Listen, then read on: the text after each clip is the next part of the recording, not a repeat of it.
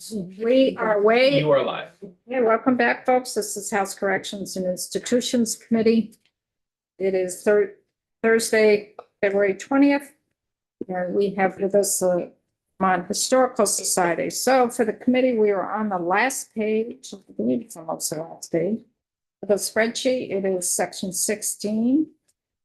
There's a request for the Vermont Historical Society building in Barry for $700,000. And it is not a building under DGS's control. It is not really a state-owned building. We have funded the Historical Society in the past with a few items. So we have with us Stephen Perkins, who is, see what your official title is. So welcome. Thank you. Thank you for having me. Stephen Perkins, the Executive Director of the Vermont Historical Society. I have Jennifer Blair with me. She's our Director of Finance and Operations, who actually is overseeing this project and has all of the details. We'll speak to the project. I'll be very quick since time is short here. So Vermont Historical Society was created by act of legislature in 1838. We're kind of a quasi-state organization. We receive about half of our operating budget from the state of Vermont, and we have received capital bill appropriations throughout our history, and specifically for this building 25-ish years ago when it was first renovated. In 1992, the Historical Society was completely located in Montpelier per statute. And if you'll remember, in 1992, there was a really bad flood in downtown Montpelier. Yes. And it flooded the basement of the Pavilion building, as it did in 2023. And that is where the Vermont Historical Society kept Vermont's treasures. So we, on behalf of the state of Vermont, we're the state of Vermont's museum. We were the archives for a long time. We have a research library. And interestingly enough, the legislature adjourned, had an emergency adjournment, and legislators came down and helped move all of the artifacts out of the basement of the Pavilion building ahead of the floodwaters, and nothing was lost. Well, it's a good thing you weren't there in 23 because it would have been. And so that's the message, is that the society realized and the state realized the basement of that building is not a place to have museum collections.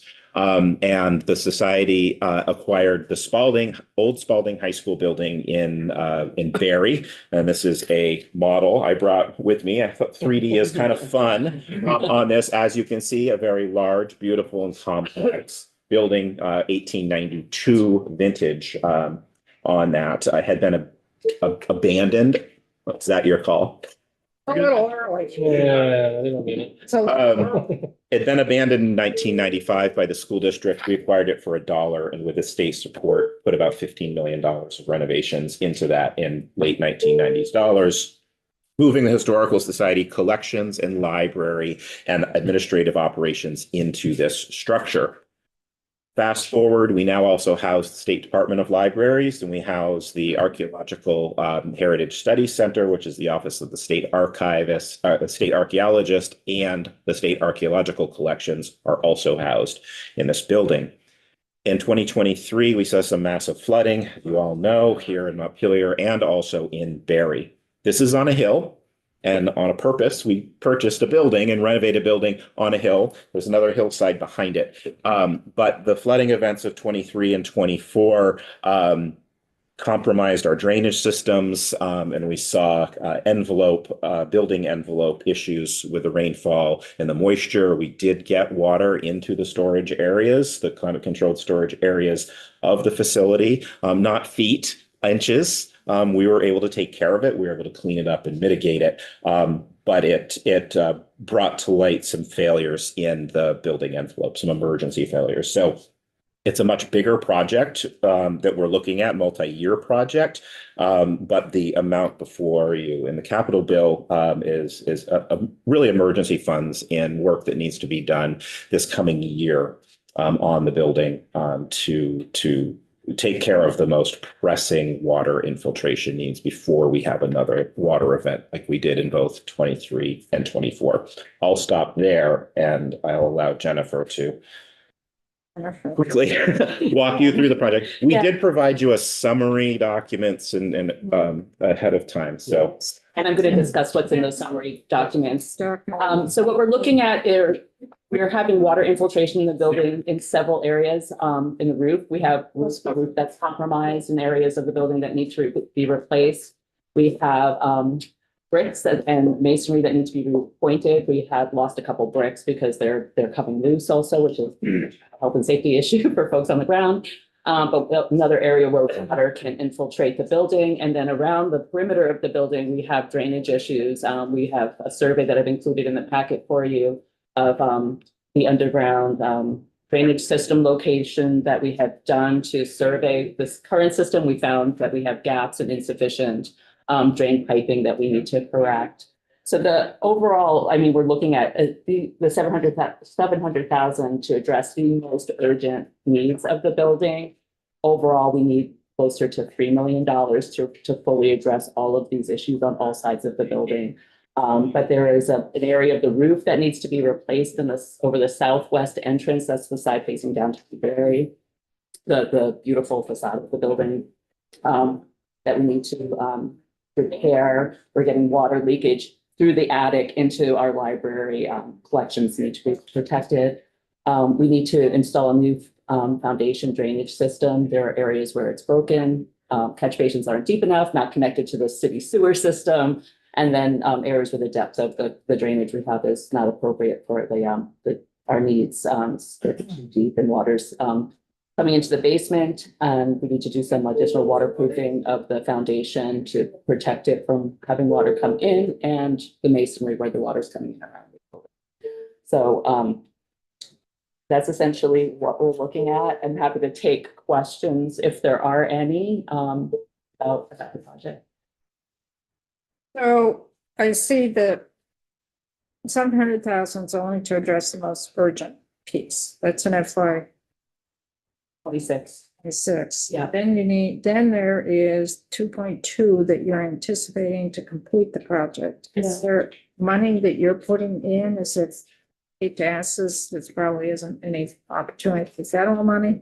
That's what we were hoping for. I mean, we're hoping congressionally designated spending would be a source potentially. We're working with federal partners, or we started working with federal partners last summer, It'll be gone. and it may be Yeah. gone. So our intent was this 700 now to take care of the most pressing needs to get us so we could get into a place to get into a fundraising position to raise the additional $2 million. A big part of that was to be federal funding, working with federal partners, working with the Central Vermont Economic Development Corporation, Northern Borders. So all of these partners are on board for the future, for this larger amount. We don't know what's going on federally right now, so these were all plans made in the fall. Who raised their hand Sure. for? I was after Troy. Right, Brian and Gina. Are you ready to go? Like, do you have contractors in place? We do for the 700 for the initial piece. Yeah, And could you do more? Yes. they can Like, do the whole Could project, you do but that? yeah, Yeah, we could do more. With that contractor? yes. Brian? I guess it's a two-parter. I'll try to keep it short. One is how much of this was sort of the systems in place were insufficient and how much was damage caused by the storms? And then once the full 3 million happens, you'd be able to survive something similar? Yes, we would be able to survive something similar, I believe, because we'll be adapting to the current needs. normal, yeah. Yeah, the new normal, essentially. It's difficult to tell what was, where there's missing pipe, whether it was broken from an event or if it just was missing from installation. It's really difficult to tell until we start digging it up, and we don't intend to start digging it up until we start doing the work. We don't want to put the expense into that sort of exploratory Right. investigation beyond what we've done with the underground locating of the system. Fair enough. Yeah. Some of the pipes in the front are full of mud. Yeah. And in 2023 was the first time the building ever received water through the front. Okay. So the assumption is that at least these along the front that are full of mud was part of that event. Yep. What's the situation with the roof? Does the 700,000 pretty much cover roof repair? And where is it leaking and is it affecting the framing? Yeah, it's a good question. I don't believe it's affecting the framing yet, but we want to make sure we address it before it does. You can definitely see water damage on the framing of the interior of the attic, but it's mostly this area of the building, the front part of the old building, Yeah, where we're having the most significant problems now, and that's in that first phase of the proposals and the documents I sent, if you want to take a look at those on outside the meeting. But it addresses the most urgent areas in this area of the building, and then there are some areas around the building that we also need. yeah, where those valleys meet that flat roof. Yeah, and around the towers, we're looking at putting in some downspouts, but there's none right now, so the water's coming right down the brick. Yeah. And we're looking at adding some downspouts for the drainage off the roof as well, as long as it complies with the historic preservation of the building. Picture they're pretty good. Oh, I lived You in probably that went to building for school. 3 years. Probably went to. Invite any of you to come and have a tour, and I'm happy to show you what's happening. We gotta get going here, right? So what you're anticipating for the 700,000? Yeah, that's trouble. Roofing, and work around the drainage system, That's the bulk of it. that's the bulk of it. There's some brickwork around these Waiting. towers. Yep. If we don't get federal funding, I assume you'll come back to visit us next spring. We will come back to visit you, I mean, as well as our own private fundraising foundation work. This initial 700, we just didn't have time to kind of ramp that work up. But yes, in absence of any federal support, we do anticipate coming back to this committee for some. And it's bread loaf you have lined up? Yeah. Yeah, that's as good as it gets. And We've done, they're ready to go Yeah. this summer and fall. they're ready to go, and they've done previous work on the building as well. And there's a conservation easement on the exterior of the building. They're an approved contractor for the preservation work that needs to be done. I have a question. I know this is quick. Sorry about that, took a little longer on the front one, but if we have any further questions, we'll connect with you folks. We're in the process of finishing up taking testimony on capital budget. We hope to start putting the dollars together at the end of next week, sometime next week, and then we have town meeting week off. And then we're back in the middle of March. And that's when we'll really make the final decisions on this side. So if we have any further questions, we'll be reaching out to you folks. Yeah, we'll both be available. Thanks very much. Thank you so much.